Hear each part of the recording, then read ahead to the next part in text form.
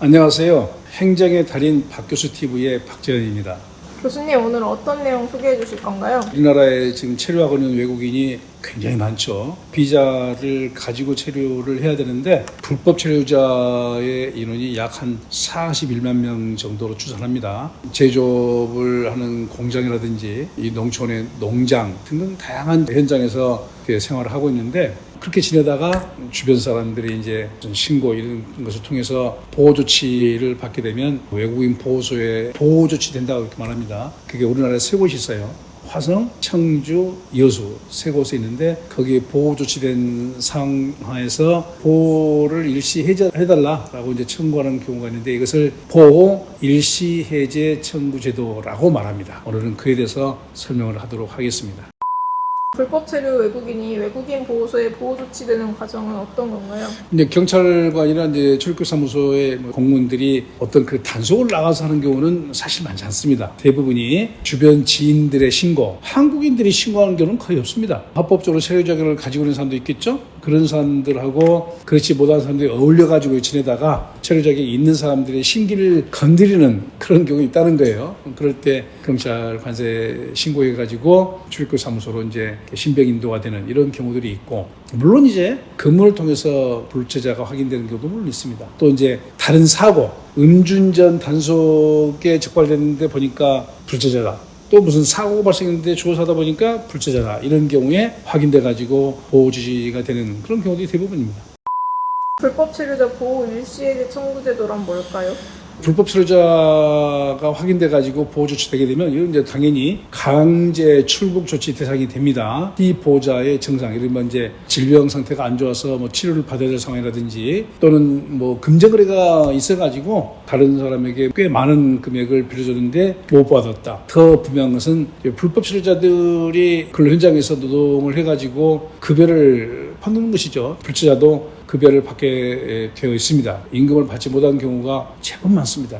그런 경우가 상당한 정도, 대체로 이제 1,000만 원 이상 정도의 체불 임금이 있는 경우에 채권 확보를 위해서 또 이제 법령에서 인정하는 그 여러 해제 요청 사유가 있습니다. 거주하는 곳에 임대차 계약을 체결할 때 임대 보증금 이런 것들을 이제 확보하기 위해서도 할 수 있는 것이죠. 그래서 이제 청구해서 심사를 해가지고 인정되게 되면 말 그대로 이게 일시적이에요. 그래서 기간이 3개월에서 많게는 6개월까지 이렇게 되는 경우도 있습니다. 그 기간 동안에 보호조치 상황을 해제를 해주세요라고 청구하는 제도입니다.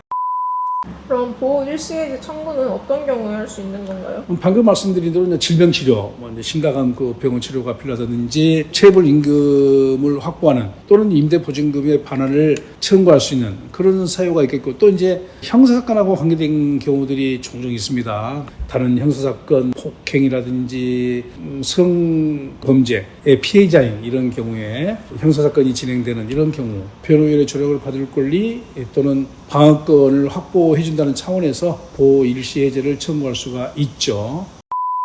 보호 일시 해제는 어떤 절차에 따라 진행되나요? 일시 해제는 일단 보호소에 보호 조치 되어 있는 상태잖아요. 그러니까 자기가 나와서 이제 활동을 못하기 때문에 신원 보증인 또는 이제 변호사나 또 행정사를 선임해가지고 청구를 하게 되는데, 신원 보증인들이 청구하는 경우가 많습니다. 일단 보호소에 수용됐기 때문에 신원 보증인 하는데, 신원 보증인은 우리 한국인의 뭐 고용주라든지 또 잘 알고 지내는 지인, 또 같은 민족인데 그 사람은 한국 국적을 취득했다거나 또는 영주권을 갖고 있는 이런 분들이 재력이 있는 경우에 청구하는 경우가 있습니다. 근데 그들이 이제 청구하게 되면 담당 부서의 심의를 거치는데 그 기간도 이걸 청구하는 비율이 높다 보니까 예전에는 일주일 이내에 거의 끝났는데 요즘은 거의 10일 이상 걸립니다. 2주까지 걸려요. 그래서 한 2주 가까이 심의를 해가지고 보호 일시 해제를 해줄 만한 사유가 충분하다 하게 되면 허가 결정을 하게 된 것이고, 그런 것들은 사유가 안 돼 한다면 불허 결정을 하게 되는 것이죠. 그래서 허가 결정을 받게 된다 한다면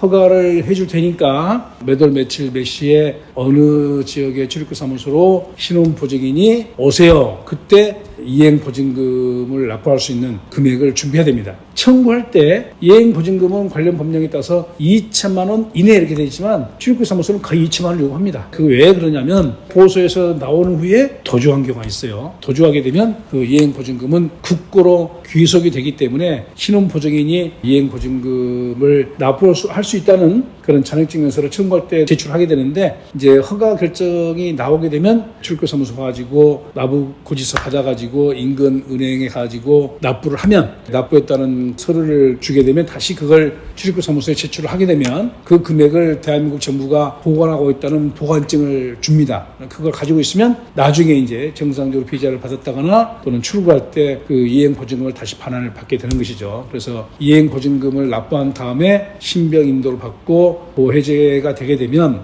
일상생활을 하면서 그동안에 이제 못 받았던 체불임금이라든지 배여금 반환이라든지 또 임대보증금이라든지 이런 것들을 이제 다시 상환하는 그런 이제 준비를 하는 것이고 또 병원 치료를 해야 될 경우는 병원 치료를 받는 것이고 그렇게 하는데 매달 한 달에 한 번씩 가서 출석해야 됩니다. 내가 지금 도주하지 않고 정상적으로 이렇게 생활하고 있습니다라는 것을 신고하게 돼 있어요. 만약에 출석일이 정해져 가지고 매달 며칠 몇 시에 출석하세요 했는데 안 오면 도주로 간주합니다. 그럼 곧바로 이제 이행보증금이 국고로 귀속이 되게 되죠. 그러니까 신혼부증인이 그 관리를 잘 해야 됩니다.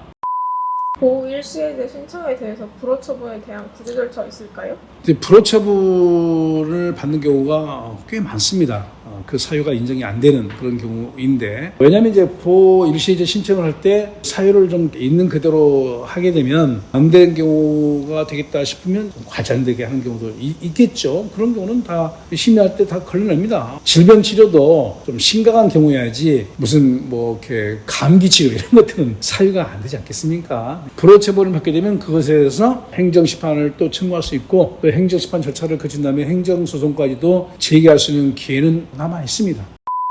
마지막으로 불법 체류 외국인들에게 하고 싶은 말씀 있으신가요? 저에게 이제 상담을 오는 외국인 중에는 불법 체류 외국인들이 제법 있습니다. 제가 이제 아주 강조합니다. 잡혀가기 전에 빨리빨리 합법적인 체류 자격을 만들도록 준비해라. 그러면 비용도 좀 적게 들고 시간이 좀 몇 달 걸리더라도 다시 한국에 와서 합법적으로 체류할 수 있으니까 그걸 준비해라 하면은 말 잘 안 듣습니다.